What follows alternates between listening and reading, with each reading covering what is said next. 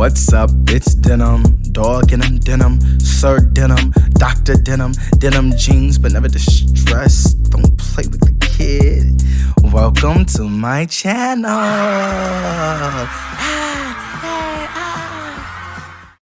Welcome back. It's dog in 'em, denim, hit 'em and quit 'em. Just joking. But this video will be the first of my Renaissance, the first series on my channel. If you don't know what I'm talking about, check out my intro video that talks more about what I mean when I say that and who I will be making videos on. Her name's in the title. You already know. Let's get into it. When I say Renaissance artist, what exactly do I mean? Within the context of this series, artists I include in my Renaissance are artists I think are needed or important to the music industry. They are perfect examples of artistic integrity, talent, passion, natural star power, and overall have left a strong impression on me. I believe these artists deserve all the praise for their unique sound and talent they showcase consistently. They seem to be able to do everything you want as an artist at a superior level. They don't stick to one genre, one sound. And if they haven't impacted music yet, be afraid. I believe they will. Everybody can learn something from them. And for the most part, yeah, everybody. Beyonce. Who's Beyonce? Please. Everybody knows who Beyonce is. The Queen Bee from Houston, Texas, became a household name in the late 90s as a member of Destiny's Child, one of the best-selling girl groups of all time. When Beyonce's solo career began, the first single she released from her highly anticipated debut album, Crazy in Love, reached #1 on the Billboard Hot 100 in 2003. Fast forward 20 years later and multiple #1s later, Beyonce is still topping the Hot 100 chart with Break My Soul. You won't break my soul. You won't break my soul. You won't break... my bad. Anyways, Beyonce is now one of the best-selling artists, the most awarded female artist at the Grammys, the MTV, VMAs, the NAACPs, the BET, and Soul Train Awards. Yes! Said to have and certainly did dominate the 2000s and 2010s. How you think she got all them awards? Beyonce is a celebrity to celebrities. Arguably the best performer that ever lived. Yes, I said it. Okay, whatever. And S-tier vocalist. Crazy. While the world stops every time Beyonce releases, she does have quite a few haters that try to diminish her talent in some way. Oh man. Regardless, the queen of music is still putting out albums that gain instant critical acclaim. So, let's get into it. Beyonce's been Beyonce for a while. Insert Beyonce. You're Beyonce. Thank you. Clip. But B hopped on a whole nother level for me with the surprise release of the self-titled album and Lemonade.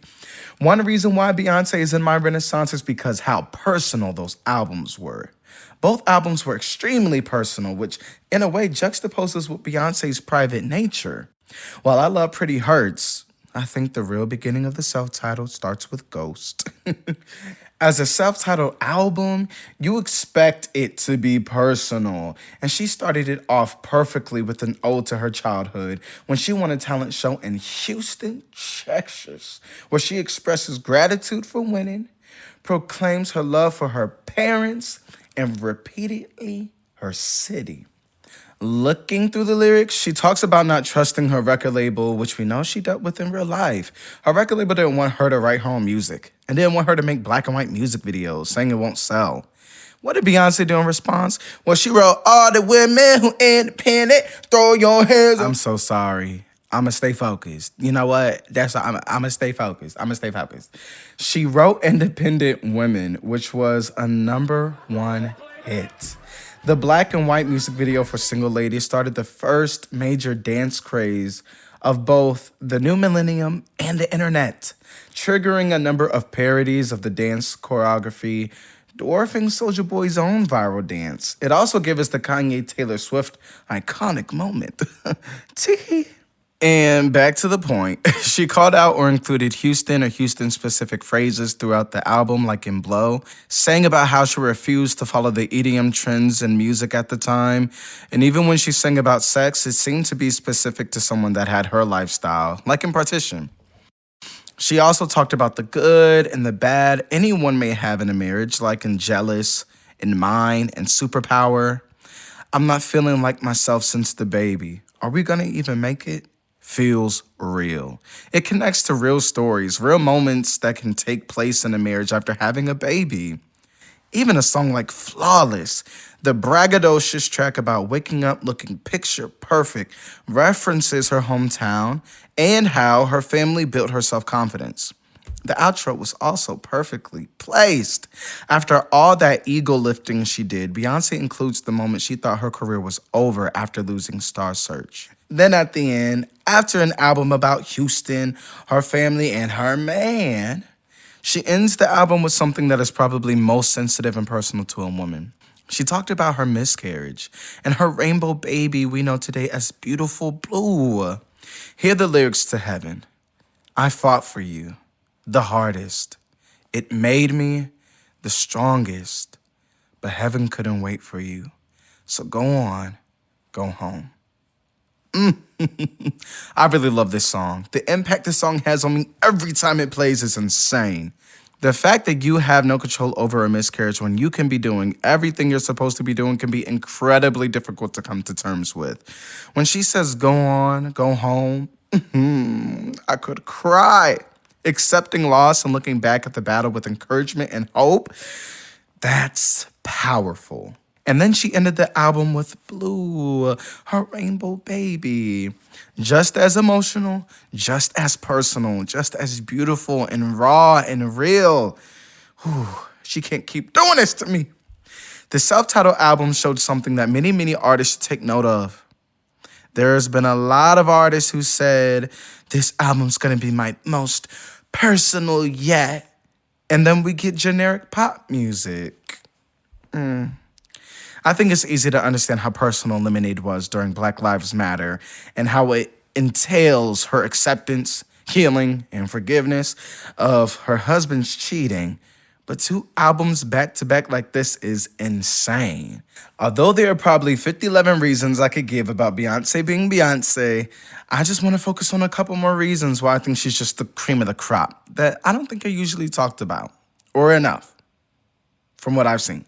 I don't know. Anyways, her vocal production. What I noticed is Beyonce will also use background harmonies to add some darkness to a song. Again, it's just another flavor that adds something special to the pot.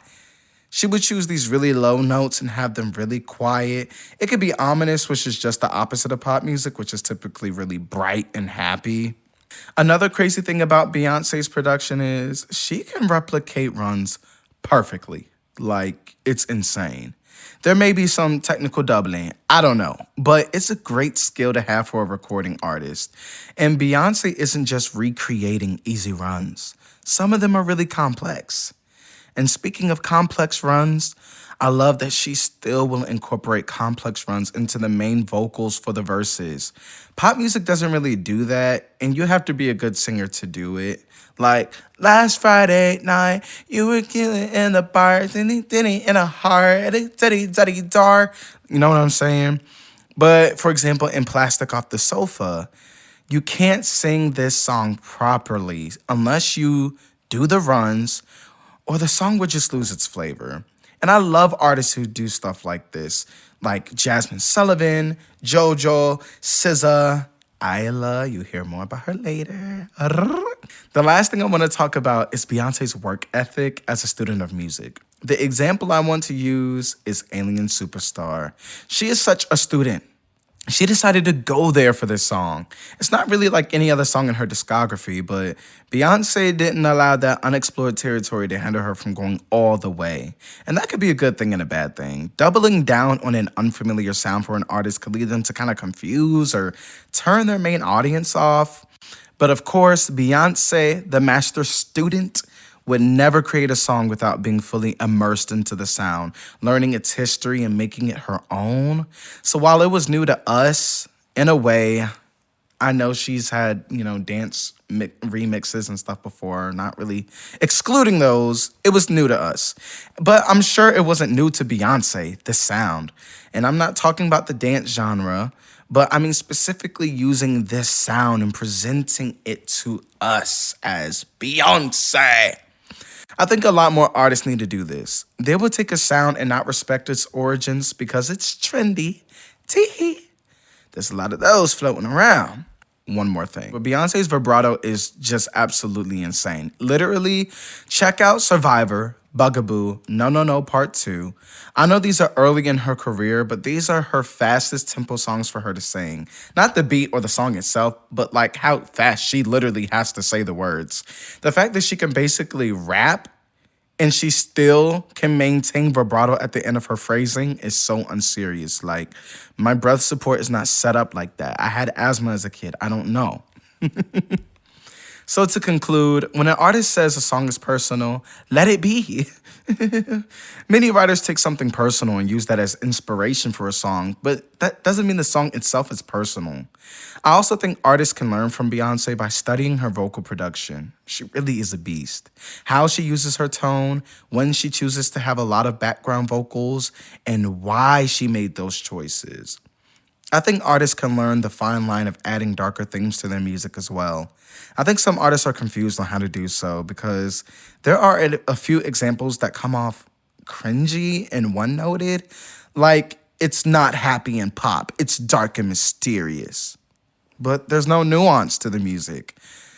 Another big thing, and I mean a big thing, I want artists to learn from Beyonce how to be a great student of music. Artists will jump on trendy sounds like rap or pop rock and make a song that is devoid of what was so good about the genre in the first place. It's just a pop attempt at appropriating a sound because they think the masses want to hear it. Beyonce is like the avatar of genre bending. I would like artists to be able to bend and blend genres a little better than they have. That's all for this video. Finally, I will say I'm a stan for Beyonce, so tell me below